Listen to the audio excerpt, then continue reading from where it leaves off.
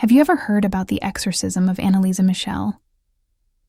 It's one of those true horror stories that really messes with your head because it blurs the line between faith, mental illness, and the supernatural.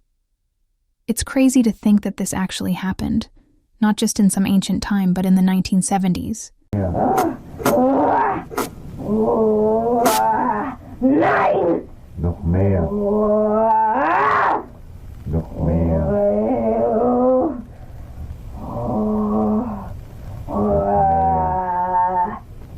Dem Papst muss Gehorsam geleistet werden.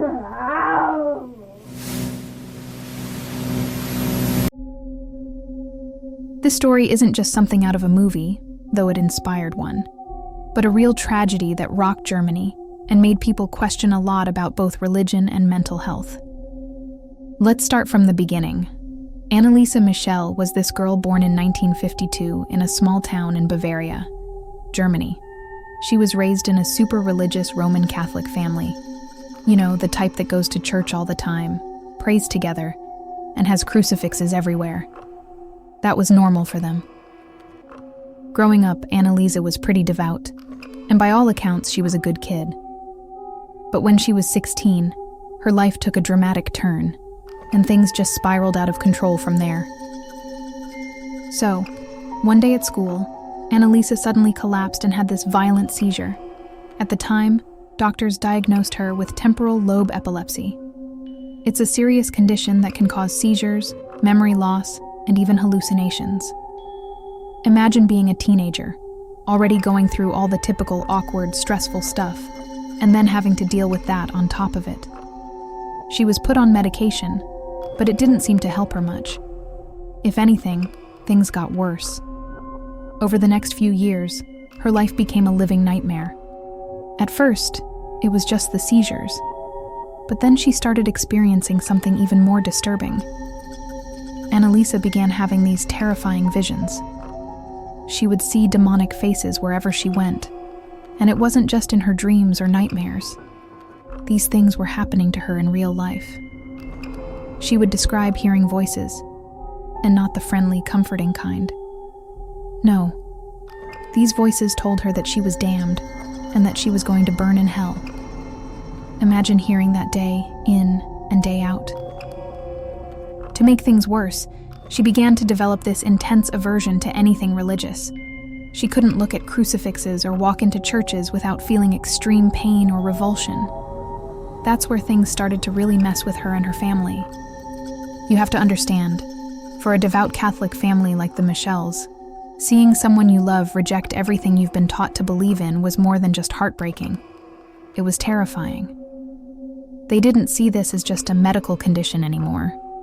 They started believing something far darker was at play. Now, this is where things take a turn.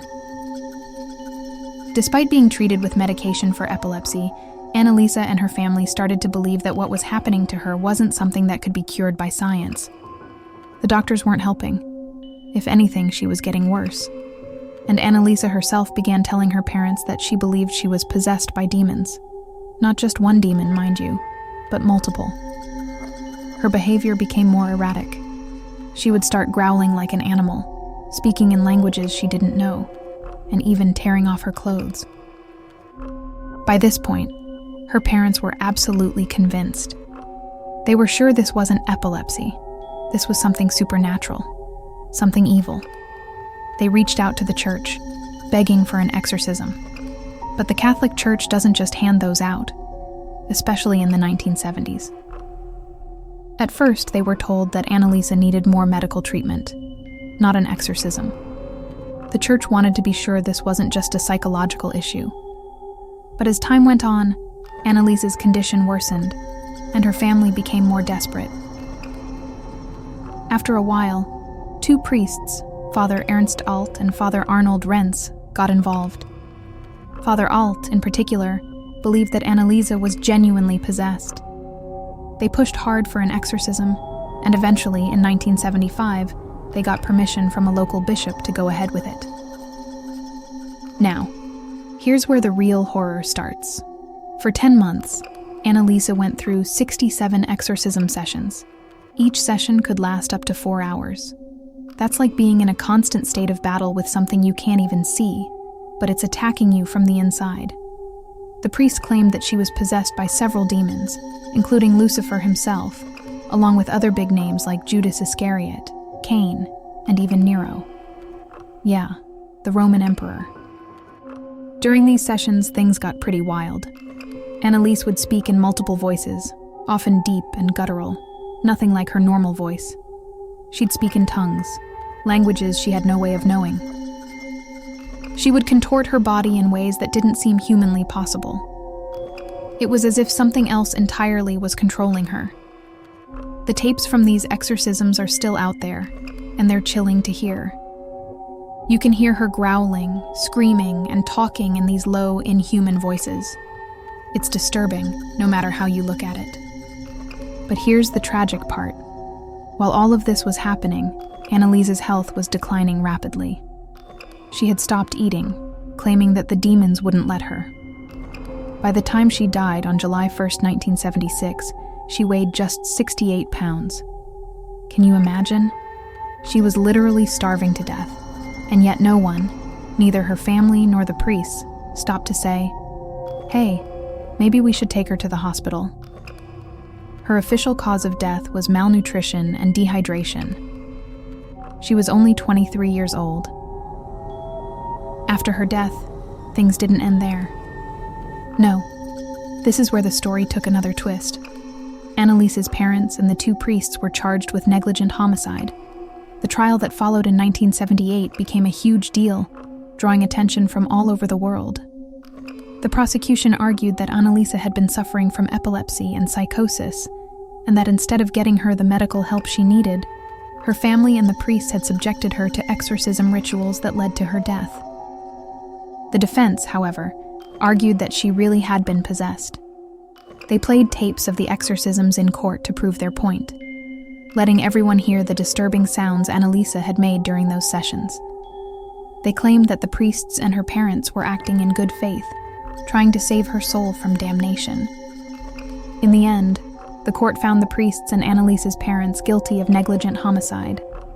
But the sentences were pretty light, just 6 months in jail, which was later suspended, and 3 years of probation.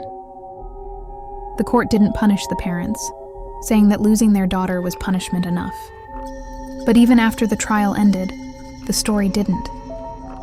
Anneliese's grave became a site of pilgrimage for people who believe she was a martyr. Some people still think she was possessed, and her story is held up as proof of the reality of demonic possession. Others see her as a tragic victim of untreated mental illness and religious extremism. It's one of those stories where people see what they want to see, and there's no clear-cut answer. What's even more chilling is that this whole case became the inspiration for the movie The Exorcism of Emily Rose. If you've ever seen it, you know how unsettling it is. But when you remember that it's based on a true story, it takes on a whole new level of horror. Anneliese's story leaves a lot of questions hanging in the air. Was she really possessed? Or was she suffering from a severe mental illness that was misunderstood and mistreated? It's hard to say. What we do know is that her life ended tragically, and the people who were supposed to help her ended up making things worse. Whether it was demons or her own mind tormenting her, she suffered in ways that most of us can't even imagine. Even today, people are still divided on what happened. Some doctors argue that she was clearly psychotic, and that the exorcisms only worsened her condition. Others say that the medical community just couldn't explain what was happening to her, and that's why the exorcism was necessary. But no matter which side you're on, the fact remains that a young woman died, and it could have been prevented. When I first heard about this story, I couldn't stop thinking about it. It's one of those things that just sticks with you.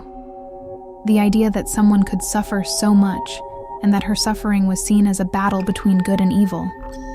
It's both fascinating and horrifying at the same time. Anneliese's case isn't just a story about demons and possession. It's a story about faith, fear, and the very real dangers of ignoring the signs of mental illness. Looking back on it now, it's easy to say that Anneliese should have been in a hospital, not subjected to hours of grueling exorcism rituals. But back then, in that particular time and place, people were terrified. They believed in the power of the devil, and when all else failed, they turned to their faith for answers. Unfortunately, that faith led them down a path of no return. So, that's the story of Anneliese Michel, a story that still haunts people to this day. Whether you believe she was possessed or just tragically ill, it's clear that her life and death left a lasting impact on the world.